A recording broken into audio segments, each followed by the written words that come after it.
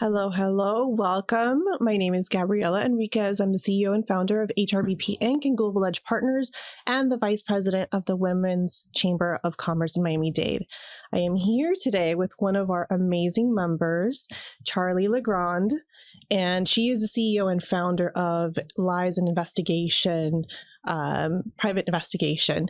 So I am super excited because all I know about private investigations is kind of what you see on TV. Right. So I want to know how someone like yourself just got involved and just kind of a little bit more about your story. Thank you. Right. So Truth and Lies Investigations, women owned and operated, celebrating actually 20 years this year. I say we are a boutique firm with a global reach. Because we have investigators and process servers in every part of the globe. So excited about that. But how I got started, well, my motivation was absolutely my kids. I actually was a singer, a professional singer. As a teenager graduating from high school, I was a professional singer. My father was a world-renowned jazz superstar, and I wanted to be him. So I was a singer on stage 6 nights a week in Miami, New York, Vegas, and got married, had 2 kids, and I had 2 young boys, went through a divorce, and became a single mom overnight. So they were absolutely my motivation. I had to create something. I couldn't be out till 2 or 3 o'clock in the morning any longer. I had to be home at night and be present for my boys. So I had to create something that would allow me to be home at night.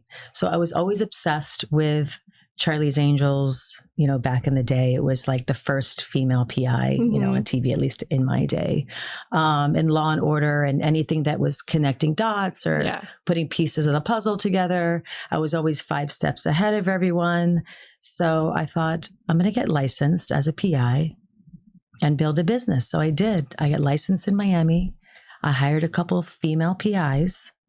And with 2 young boys, I built my company in the bleachers of the basketball gym between games and tournaments. I love that. So you started kind of your own Charlie's Angels. Like you wanted to start that same thing. I did. And being my name is Charlie, it made it. It made sense. It makes sense. Okay, it's clicking. It's all making sense now.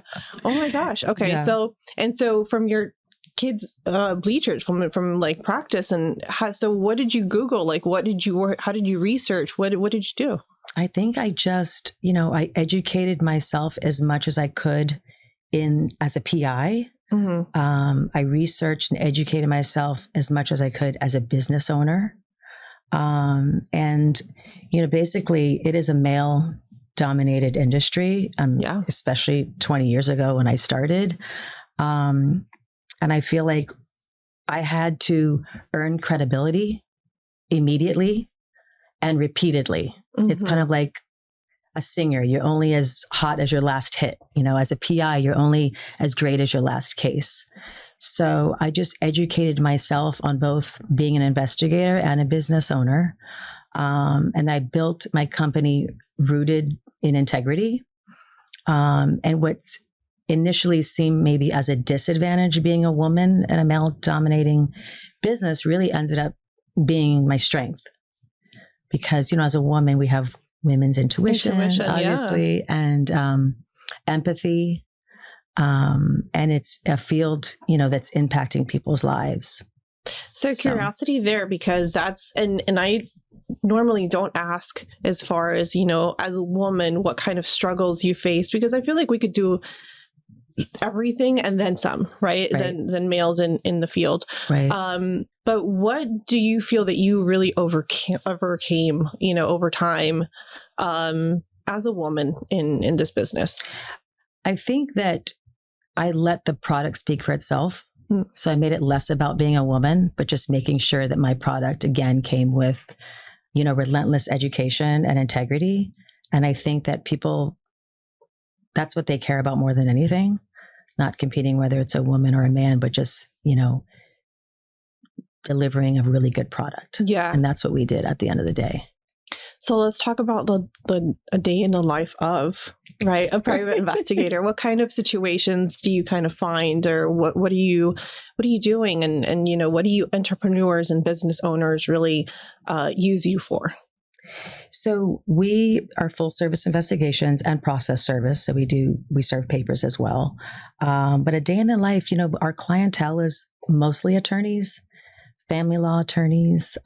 We do a lot of divorce and child custody, relocation, cohabitation. We do some criminal, workers' compensation, liability. So a lot of probate more recently, finding assets or heirs. So we do a little bit of everything. So a day in the life, thankfully, I've been building this for so many years, is I have an incredible support staff now in the office, and then agents in the field. So it's allowed me to sort of just oversee the operations at this point. I can have my laptop and, be managing it from the mountains if I wanted, which has provided a lot of freedom. And it's also provided a lot of freedom where I don't have to be behind my desk anymore. Yeah. I can be out in the community. I can be doing interviews like this. I can collaborate with other business owners, other women, and give back to my community and things like that are important. That's amazing. And so what would you say were the biggest lessons learned or turning point when that shift started to happen? So I would say it's not going to be a sexy answer. Probably my hardest lesson to learn was hard financial experiences. So I assumed when you provide a service, someone's going to pay you for it. Right. And, over the years, people don't pay. So I've lost, probably thousands and thousands of dollars, I expect people to do the right thing because it's the right thing to do, especially early on in my company. And a lot of times people just wouldn't pay. And I've even had to take them to court and sue. So I learned that's my hardest lesson, is that you need to have your business up front. You need to have a contract for services. You need to have a retainer agreement. If that retainer is depleted, you need to collect another retainer, and just make sure your business and your contracts and your processes are handled from the forefront, and that protects everyone involved. But that's probably been the hardest lesson, is the financial part. Yeah, yes. For sure. Yes. And so celebrating now 20 years, right? Fast tracking 20 years. What would you tell yourself, when you were first starting, or what is something that you would have told early on, Charley, when going into this industry? Is there something that you would have said, maybe with a struggle or something, or because sometimes in business, it's ups and downs, and you don't always have it all figured out. Right. Right. So sometimes you start questioning whether this was the line of business for you, if it was the right choice. Right. It's something that you would have told yourself. If someone was going into business, I guess any business, probably what I would say is, well, I didn't go to college. I feel like that's important to say. But my family, my parents made sure that I have two brothers, an older brother and a younger brother. My parents made sure that we were in sports year round. Like whatever sport was happening, if it was football, soccer, my brothers were in it. For me, it was tap and jazz and ballet and diving and swimming. And then I became a competitive gymnast, which gymnastics is like 7 days a week, right? Yeah. So for me, my discipline and my work ethic and integrity 100% came from sports. It taught me how to show up. I had to be on time. I had to work hard. I fell down. I had to get back up. Yeah. So I feel like sports is really what drove me and gave me the grit, I guess, to be able to open my own company, and then to sustain it for 20 years. Was 100% sports. And my brothers, they did not go to college either. And they are both successful business owners. So just if someone doesn't take a traditional educational route, which is great if you do, but if you don't, you have to pull from somewhere, Right. that work ethic and that discipline, and, build something that's rooted in integrity.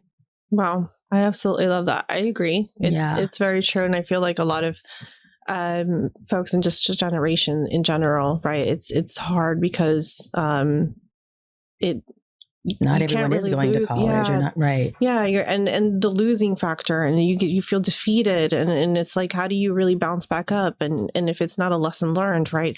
So I'm a huge advocate for that also with my kids. Absolutely. To keep them busy, because I was the same way. I was busy throughout, just kind of growing up with the same thing, ballet and gym and all the things. So that's amazing. It teaches you your work ethic. I did the same with my boys. I have 2 athletes, and like I said, I built my business, on the bleachers in between basketball games and tournaments, and that's definitely what drives me to do what I do. Let's talk about that sort of like work-life balance, right? Everybody kind of talks about. I have my theory because of all the things that I've always been doing and how I started so early. But for you, what does that balance look like, or how do you go about that? It's someone taught me this maybe like 10 years ago, someone much younger than I am. She was an editor of a magazine, and it sticks with me. And I actually need to call her and tell her, I use your story all the time. She was an editor for a magazine, and she was coming into town. She needed a place to stay. Can I stay with you for a few days? Sure. And that was maybe 10 years ago or longer, when I was doing life then. My kids were younger. They were going to school. I was cooking breakfast. I was packing lunches. I was dropping one off at one school, one at the other, taking them to basketball practice, doing all of that. Running, still building my business, going out with girlfriends for cocktails, trying to have a date here and there, doing all of that. And she stayed with me for probably like 10 days. And before she left, she said, "You are so successful." Like, what? She said, you have got it all figured out. And I said, what? She said, success is filling all your baskets. Mm-hmm. And you have I'm a mom basket, that's full. You have your work, you're building your business basket, that's full. You have your family, which is you're going to see your parents for, at church, or you're going to have coffee with them. And, you're going out with your girlfriends for dinner and cocktails. You're going out on a date when you can. That's your love basket. Like, you have all these baskets, and they're all full. And you're doing it all with a smile. You're not like, oh, I have to take him to practice now. Or, oh, you're doing it all and that balance of filling those baskets. And it made so much sense to me that's what success is. It's filling the baskets. And so fill your baskets, ladies. Fill your baskets. Fill your baskets. I love that. Hashtag fill your baskets. For real. So what is your non-negotiable when filling all the baskets? Yeah. What is your one non-negotiable that you have to do, or you have to have? I don't think there's one. Yeah. I have a big family. We're all very close. Mm-hmm. So, and I'm obsessed with my kids, and I'm obsessed with my parents. So being involved with both my sons, who are grown men now, 20 and 25, one lives 15 minutes south of me and one lives 15 minutes north of me. So I need to touch base with them as a constant. And I need to touch base with my mom. And those are 2 non-negotiables. Family is what keeps me fueled, for sure. 100%. Yeah. Yeah. Absolutely. I agree. Yeah. I feel like that was a lesson learned from my dad, because he was an entrepreneur, and he would always say, all the things they'll fall into place. But for you, your time and family, you can't take those back. Right. So, absolutely. Yeah, those memories are forever. They are.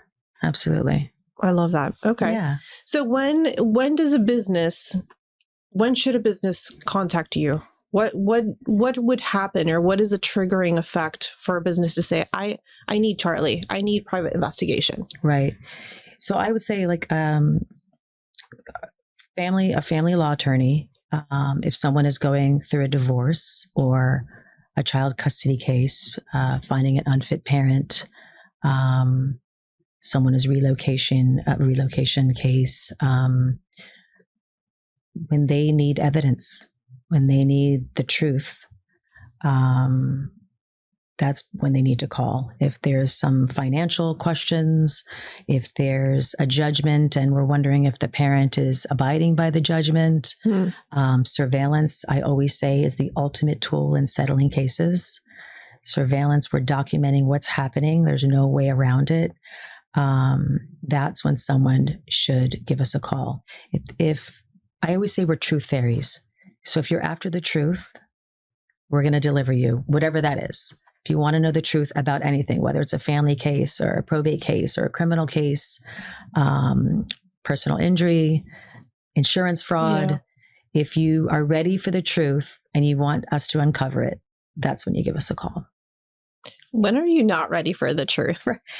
You would be surprised. You would be surprised. I mean, a lot of people, they know that there's something going on and they know that it's not the truth, but they're not really ready for it. So I feel like by the time they call us, they're like, okay, I can handle this. I'm ready. It's just the validation at that point. Yeah. Correct. But I think by the time they call us, they already know, because it's scary. You're calling a PI. It's, a lot of people are coming to us at their worst time in their life, at their most broken. I don't know what's going to happen to me, my family, my future, my finances. And it's a scary call to make. So I think that by the time they call us, they're like, you know what, it's time. Yeah. And the best part about it is, you are speaking to someone like me who is, has empathy, has been through it maybe. And, I always tell my clients, like, it's so bad right now, but I promise you, I'm going to hold your hand through every step of the way, and you're going to be fine when you get to the other side. I love that. Yeah. So with that, I think we kind of also want to know a little bit of tea, because you have it all. So tell us, without sharing obviously confidential information, what would be the most unexpected story or uncovering that you've kind of faced in your career? Oof. I know this is like 20 years of... Yeah, that's a lot to unpack. It's a lot to unpack.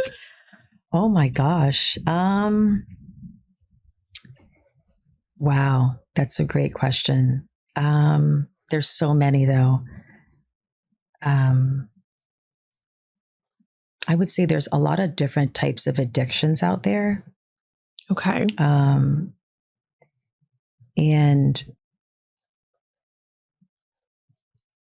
we're not here to judge anyone, but I feel like that's probably the hardest. There's obviously drug addiction and alcohol addiction, but there's also sexual addiction, and there's gambling addictions. And a lot of times people hire us and think that they're going to uncover one specific thing, and it's not anything of what they ever imagined. Completely different. Yeah. But there are so many different, I have an aha moment all the time. Wow. Like a wow moment all the time. So, and I'm 20 years in, and I'm still, it never ceases to amaze me. That's amazing. And you say you do, so it's global. It is global. Well. So how does I that started become, out, we're licensed in Florida. I started out just in Miami, and early in my company, we did a couple high profile divorces for like a Victoria's Secret model at one point and an NBA player at another point. And we did a great job. So that sort of catapulted my company early on, gratefully. Mm-hmm. And that introduced us to some high profile divorce attorneys. So, over the years, just building a network of, especially being in Miami, it's such an international place that it would take us to, overseas. It would take us to Europe. It would take us to Dubai. It would take us to Switzerland. So that's allowed me to build a business, outside of the US, which has been amazing. So global, I think we have a private investigator and a process server in every part of the globe. Yeah, I was going to ask that. I was like, do you have people that are there locally and then, or Absolutely. Yes. So a lot of it stems from Miami, but they want to check out something that's happening in Mexico, or check out, somebody that's traveling, a business partner that's traveling to Switzerland. They want to see what the business partner is up to. So it's taken us to all parts of the world. That's we amazing. just served someone in Thailand. Wow. This week. So That's amazing. Yes. Oh The my global gosh. reach is amazing. Well, congratulations. Because honestly, I mean, Thank you. the success and for being around 20 years and counting on and just growing strong. That's amazing. Thank you. What would you share to a woman entrepreneur that maybe not is just starting, but she's really trying to get the groove to scale, right, and grow her business to the next level? What sort of advice would you give? I would say find that grit and that work ethic and that discipline. Educate yourself relentlessly. Everything is constantly changing. And the more you get out and network, which is more of a newer thing for me, honestly, because I was raising my kids. And once my son went to college, I thought, okay, if I have this successful business and I barely left my office, I didn't get behind, I'm just leaving my desk. Imagine if I got out and I started talking to people about my business, or I started networking or joining a networking group or go to a happy hour. So I would say get out there and talk to people, learn from people, try to get under someone's wing that's done it before, and be relentless. It's my favorite. Be relentless. And fill your baskets. And fill the baskets. I love it. Relentless and fill the baskets. Yeah, relentless and fill the baskets. I love it. Okay. Yes. Well, how can we follow you or find you more information about you? So our website is truthandliesinvestigations.com. Okay. Our email is info@truthandliespi.com. You can Google it or ChatGPT it or however you do it. And again, I have an incredible support staff. And even if someone has a case and they're not even sure if we can help, call us. Let's walk through it, come up with a game plan. We're here to help. We're truth fairies. I love that. I love that. You. No, this was amazing. I thank you so much for your time. Really just trying to get to know you a little bit more and really showcase your business, because it's such an interesting story, and all the nuggets that you shared today, I know will help a lot of just people in general, but especially women entrepreneurs really trying to grow and scale and think beyond maybe in a corporate position, right? Or doing something different. And Absolutely. just like yourself, from music to private investigations, so completely different. Correct. And you're thriving. So that's amazing story to share. And I feel like we really need to hear a lot more of these stories. Yes. So that it gives the courage to other women to really be bold enough and think bigger and do these things, so they can really kind of step out of that comfort zone and into something bigger. Agreed. Well, I appreciate you having me. Thank you so much. All right. Thank you, guys. Thank you. Until next time with the WCC. Thanks.